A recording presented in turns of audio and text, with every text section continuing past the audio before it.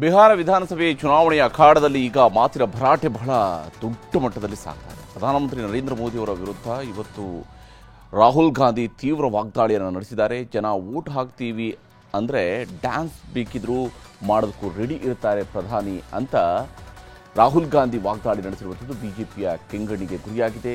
ರಾಹುಲ್ ಗಾಂಧಿ ಮಾತಿಗೆ ನ್ಯೂಸ್ 18 ಕಾರ್ಯಕ್ರಮದಲ್ಲಿ ಅಮಿತ್ ಶಾ ಅವರು ಕೂಡ ತಿರುಗೇಟು ಕೊಟ್ಟಿದ್ದಾರೆ.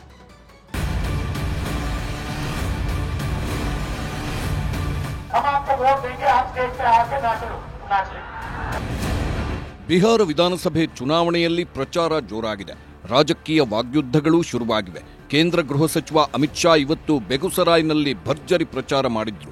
ಇನ್ನೊಂದು ಕಡೆ ಬಕ್ಸರ್ನಲ್ಲಿ ಉತ್ತರ ಪ್ರದೇಶ ಮುಖ್ಯಮಂತ್ರಿ ಬಿಜೆಪಿ ಅಭ್ಯರ್ಥಿಗಳ ಪರ ಭರ್ಜರಿ ಕ್ಯಾಂಪೇನ್ ಮಾಡಿದ್ರು.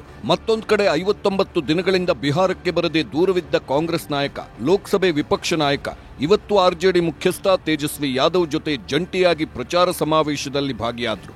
ಆದರೆ ಸಾರ್ವಜನಿಕ ಸಮಾವೇಶದಲ್ಲಿ ರಾಹುಲ್ ಗಾಂಧಿ ಪ್ರಧಾನಿ ಮೋದಿ ಬಗ್ಗೆ ಆಡಿದ ಮಾತಿಗೆ ಸಾಕಷ್ಟು ಟೀಕೆ ವ್ಯಕ್ತವಾಗ್ತಿದೆ. ವೋಟಿಗೋಸ್ಕರ ಪ್ರಧಾನಿ ಮೋದಿ ಡ್ಯಾನ್ಸ್ ಮಾಡಿ ಅಂದ್ರೂ ಮಾಡ್ತಾರೆ ಅಂತ ರಾಹುಲ್ ಗಾಂಧಿ ವಿವಾದ ಹುಟ್ಟು ಹಾಕಿದ್ದಾರೆ. नरेंद्र मोदी जी आप ऐसा ड्रामा करो, वोट के लिए वो कर देंगे, जो भी करवाना करवा लो। मैं कह रहा हूं आप उनको कहो कि देखो भैया हम आपको वोट देंगे, आप स्टेज पे आके नाच लेंगे,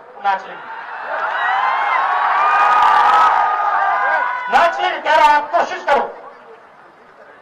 मोदी जी आइए, स्टेज पे आइए, भाषण मत दीजिए, डांस कर दीजिए, हम आपको वोट देंगे, देखना करते हैं। जो भी करवाना है करवा दो चुनाव से पहले, जो भी करवाना है चुनाव से पहले करवा दो।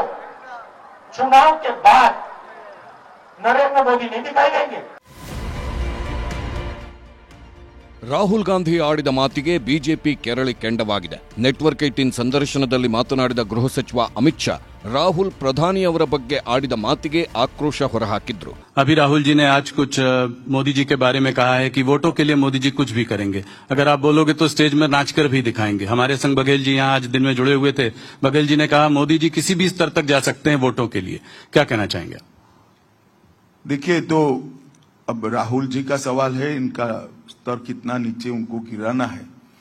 मगर राहुल जी चुनाव में मोदी जी का विरोध करते करते, मोदी जी को अपमानित करते करते छठ मैया का अपमान कर बैठे हैं, वो उनको मालूम नहीं है। तो राहुल जी मोदी जी का अपमान नहीं कर रहे हैं, राहुल जी ने छठ मैया के सारे भक्तों का अपमान किया है, बिहार और पूरे पूर्वांचलियों का अपमान किया है। और दूसरी बार, ये कोई पहली बार मोदी जी का अपमान नहीं करे, ढेर सारे, मैं तो रिपीट भी नहीं कर सकता, कितनी बातें स्तर गिराकर कांग्रेस पार्टी ने मोदी जी के लिए की है। इनकी माताजी तक को अपमानित करने का प्रयास किया है। परंतु जितनी बार कांग्रेस ने मोदी जी का अपमान करने के लिए स्तर गिराकर बात करी है, हर बार वो स्तर गिरे हुए कीचड़ में से कमल बहुत अच्छे तरीके से खिलकर बाहर आया है। ಪ್ರಧಾನಮಂತ್ರಿ ನರೇಂದ್ರ ಮೋದಿಜಿ ವೋಟಿಗಾಗಿ ಡ್ಯಾನ್ಸ್ ಮಾಡುವಂದ್ರು ಮಾಡ್ತಾರೆ ಅನ್ನೋ ರಾಹುಲ್ ಗಾಂಧಿ ಮಾತಿಗೆ ಸಾಕಷ್ಟು ವಿರೋಧ ವ್ಯಕ್ತವಾಗ್ತಿದೆ. ರಾಹುಲ್ ಗಾಂಧಿ ಮಾತನ್ನ ಸಮರ್ಥನೆ ಮಾಡಿಕೊಂಡ ತೇಜಸ್ವಿ ಯಾದವ್ ಅವರನ್ನು ಬಿಜೆಪಿ ಅವರು ಟ್ರೋಲ್ ಮಾಡೋಕೆ ಶುರು ಮಾಡಿದ್ದಾರೆ. ಚುನಾವಣಾ ಪ್ರಚಾರದ ವೇಳೆ ತೇಜಸ್ವಿ ಯಾದವ್ ಹೆಲಿಪ್ಯಾಡ್ನಲ್ಲೇ ಮುಖ ತೊಳೆದು ಗಲೀಜು ಮಾಡಿದ್ರು. ಇದೇ ವಿಡಿಯೋವನ್ನ ಬಿಜೆಪಿ ಟ್ರೋಲ್ ಮಾಡಿದೆ. ಪ್ರಧಾನಿ ಮೋದಿ ಸಣ್ಣ ಪೇಪರ್ ಒಂದನ್ನ ತನ್ನ ಜೇಬಲ್ಲಿಟ್ಕೊಂಡು ಸ್ವಚ್ಛತಾ ಅಭಿಯಾನದ ಬಗ್ಗೆ ಅರಿವು ಮೂಡಿಸ್ತಾರೆ. ಆದರೆ ತೇಜಸ್ವಿ ಯಾದವ್ ಹೆಲಿಕಾಪ್ಟರ್ನಲ್ಲೇ ಕೂತು ಹೆಲಿಪ್ಯಾಡ್ನಲ್ಲೇ ಮುಖ ತೊಳೆದು ಉಗಿದು ಗಲೀಜು ಮಾಡ್ತಾರೆ. ಇಂಥವರಿಂದ ಬಿಹಾರ ಅಭಿವೃದ್ಧಿ ಆಗುತ್ತಾ ಅಂತ ಬಿಜೆಪಿ ಟ್ರೋಲ್ ಮಾಡಿದೆ.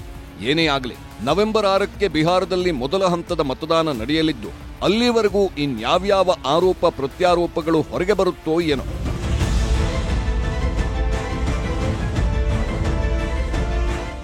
Bureau report, news 18.